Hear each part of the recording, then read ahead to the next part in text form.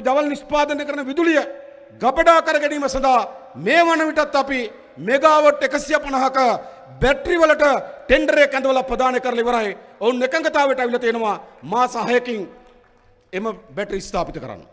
තවත් megawatt 400ක battery අපි ගේනවා. Solar වලින් විදුලිය නිෂ්පාදනය වෙනවා. ඒ විදුලි නිෂ්පාදන විදුලිය බැටරි වලට ගබඩා කරනවා, රැයට ලබා දෙනවා. අඩුවට විදුලිය පාවිච්චි කරන්න පුළුවන්. විදුලි බිල අඩු කරන්න පුළුවන්. මම තමුන්නාස්සලාට කියලා තනවා මැතිවරණ කාලේ අපි විදුලි බිල 3න් 1කින් අඩු කරනවා කියලා.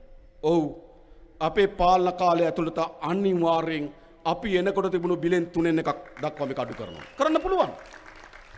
මම දැම්මම කියන තමුන්නාස්සලාට.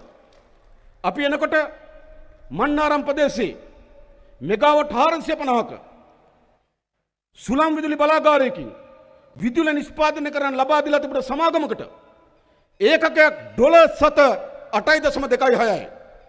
ඒකකයක්. ඒ කියන්නේ මොකද්ද? අද ගානට ගත්තොත් රුපියල් 27ක් විතර වෙනවා ඒකකයක්. අපි කිව්වා අපිට ඒ ගානට දෙන්න බෑ. ඊට වඩා සුළං වලින් විදුලි නිෂ්පාදනය කිරීම අඩුයි. ලෝකෙ අපි ගණනය කරලා බැලුවා. ඉන්දියාවේ අඩුයි. හැබැයි ඉන්දියාවත් විදුලි නිෂ්පාදනය කරන සුළං වලින් අපිත් විදුලි නිෂ්පාදනය කරන සුළං වලින් අපිට යන වියදමට වඩා ඉන්දියාවේ වියදම අඩුයි. මොකද හේතුව? ඒව ඇතුලේ තිබුණු යටිමටි ගෙහිල තමයි හේතුව. අපි කිව්වා 8.728 දෙන්නේ. පුළුවන් නම් ඔයගොල්ලෝ 12.5ට වඩා යටට එන්න આવොත් අපි දෙන්නම්. සාකච්ඡා කර කර හිටියා. ඒගොල්ලෝ 8ට යටියට 5ට යටට එන්න බෑ කිව්වා. අපි කිව්වා යන්න කිව්වා. අපි ඔය නැවත ටෙන්ඩර් කරා. මම තමුන්නාන්සලට කියන්න කැමති මෙගාවොට් එකක් යුනිට් එකක් 8යි ඩොලර් 8.26ට තීරණය කළ තිබුණු යුනිට් එකක් අද නිෂ්පාදනය කරන්න අපි ලබා දීලා තියෙනවා ඩොලර් 4ට වඩා යටට. එදා රුපියල් 27ට ගන්න හදපු එක අපි රුපියල් 13ට ගන්න සැලසුම හදලා තියෙනවා.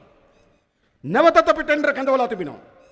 ඊට පස්සේ LNG ව්‍යාපෘතිය පටන් ගන්නවා. මේ පැත්තෙන් සෝලාර් ගබඩා කිරීම පටන් ගන්නවා. ඒ වගේම අපි විශේෂ කාර්ය සාධක බලකායක් බත් කරලා තිබෙනවා බල ශක්තියට. අපි ග්‍රීන් හයිඩ්‍රජන් වලට යන්න ඕන.